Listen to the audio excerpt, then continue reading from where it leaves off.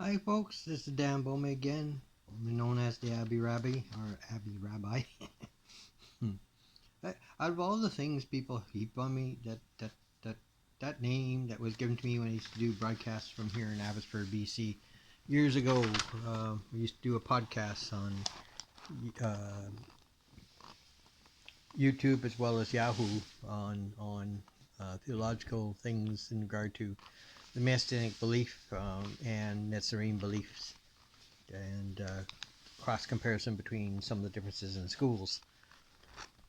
Uh, and looking for a name of the show, and I couldn't come up with one, and somebody coined the term Abbey Rabbi. So it kind of morphed into Abbotsford Abbey Rabbi. And I said, why not make it rhyme? And so it became Abbey Rabbi. In Today's lesson is by special request by a brother in the Lord. His name is Milner, Pastor Milner in the States, who asked to do a teaching on Sukkot. Sukkot is fairly deep in its meaning. You just can't say, well, it's a holy day celebrated starting on the 15th day of Tishri, which on our calendar is between somewhere in the middle of September to the middle of October. Point out to the people that on our calendar, the standard calendar, Roman Greco calendar, September, October moves, that Tishri moves, because we're on a solar calendar, so the revolutions around the sun mark the time of days.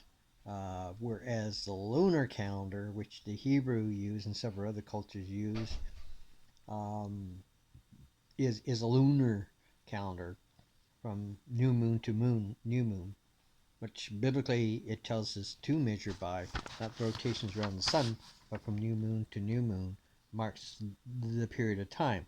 So when they say, well, that calendar is not accurate, we're arguing with God. God told us it, and I don't know how many times we've come through studies and things like this that show the fact that they're the ones who are not accurate. I'm posting this on YouTube because I can share it to several other areas because I think it's worth sharing what it's all about. A Jew never does things just one way, especially when it's a holy day. Um, the myriad of meanings that something has and what it means to people, um, and what they do is mind-boggling. It really is. Um, One of these situations, this is a good example, is Sukkot. Everybody says, well, you get together, you build this tent, pitch this tent. Uh, Most are manufactured tents where you put it up. Traditionally, they are burnt at the end of Sukkot. And later on in the videos, I will explain why that hovel is burnt. Um, so this is the first two outtakes of what Sukkot is. I'll be making another video. It's just easier to do a video than it is to type out every word. Even writing out notes, quick notes on the thing, it was very painstaking. It took me an hour and a half, 2 hours just to write enough of the notes to be able to do this one video, which will be about maybe 20 minutes max, I hope. The first outtake of meaning in Sukkot it's a 7-day feast which commemorates the liberation of Egypt and the wandering of the wilderness, which is 40 years. Now, here's a question for you. How'd take 40 years and cram it into 7 days? Well, if you're a goyim, you just can't do it. You can't do the math. It doesn't work out. But to Hebraic thought patterns, and this applies to Messianics as well as Jewish people of various schools, it's actually quite easy. You read in Revelation and you take a look in Genesis, man was created on the sixth day, and on the seventh day, God rested. Um, so you take a look at Revelation, and it says what? Six, when you're dealing with the number 666, it jots in there, and six is the number of man. So those that teach you shouldn't study numerology, this is a good reason why we do study numerology. Not to predict, but to understand everything around us, because God is a God of numbers. He's always using numbers to try to give us clues. But a lot of us suck when it comes to mathematics. So how do you take 40 years of wandering and cram it into 7 days? Why 7 days? Well, first of all, God told us to, so there's your basic reason right there. But well, it's this is gonna blow your mind away, because you take the fact that six is the number of man. Or man, and man replies to both male and female. God created man; He made them male and He made them female. That's in the Bible. It's not dealing with the male entity. So whenever it says man, oh, hear, oh man, He's replying to both sexes, male and female. So Bible scholars, you need to take that in mind when you're talking about hear me, oh man, or where he's talking about oh man. Um, he's referring to creation as a whole, both male and female. So what rule is given to man is given to everybody part of that creation. So you take six, and the fact that there were 40 years of wandering in the wilderness, there are 7 days in a week. Seven's the number of completion. Seven is cycle. So 7 times 6 is 42. Okay? Now, oh, we got 2 years extra in there. That's not 40. Well, yeah, it is, because when you read the whole account, you'll come to discover that, first of all, there was 40 years in the wilderness. Then you add 2, they couldn't call it home, when they crossed over Jordan to reestablish, to take back the territory that they had lost. Where'd that come from? So 40 plus 2 is 42. 7 sixes are 42. It adds up. Blows you away, kind of, doesn't it? Scary. The second thing we have to take into account is that the nomadic days, and they were tent dwellers, as well as they were agriculturalists when they first settled into the land. And Yahweh would later say to David, when he brought up the dwelling and wanted to build him a big, huge synagogue, temple, to honor him, and he asked David the question, why does it concern you that I should live in a tent? King James Bible, another English, rendered the word tent. But actually, Yahweh has said, what does it concern you that I live in a sukkah? Small dwelling place. Fragile. Sukkah is a temporary dwelling place. We also dwell in this sukkah. This body, this flesh, is only temporary. We're to look for the higher tent of the high calling. Yahweh was happy dwelling in the sukkah. This statement would later repeat itself on the birth of the Messiah in Bethlehem, when Joseph was going around looking for a room at the inn, and there was no room at the inn. Mishkan is a room for a large dwelling place. A temple, a palace, a synagogue, a cathedral are Mishkans. Sukkot is flesh and blood. Isn't it interesting that Jesus rejected the synagogue and lived amongst the people? God rejects the synagogue and dwells in the hearts of man. Moving back out of the places of stone, where everything has to be black and white, cut and dry, hard and fast, stone, and moving into the hearts of flesh is where he always wanted to be. Even back there in Genesis, all he wanted was a little tiny spot, as frail and unsturdy as it was. That's where he wished to dwell.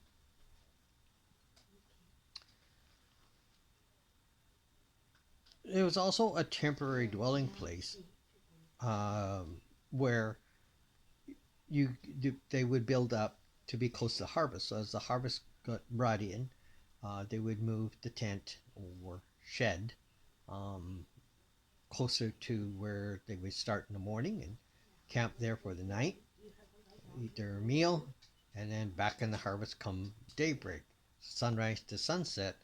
They brought in the harvest. They would glean the fields. They would pluck the harvest. They would bring in the dates. Everything comes in, boxed up, ready to go. There was a special pile set aside.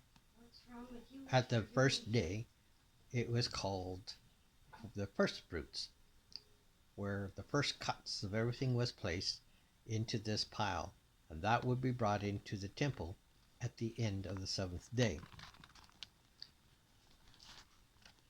So there would be meat on the table.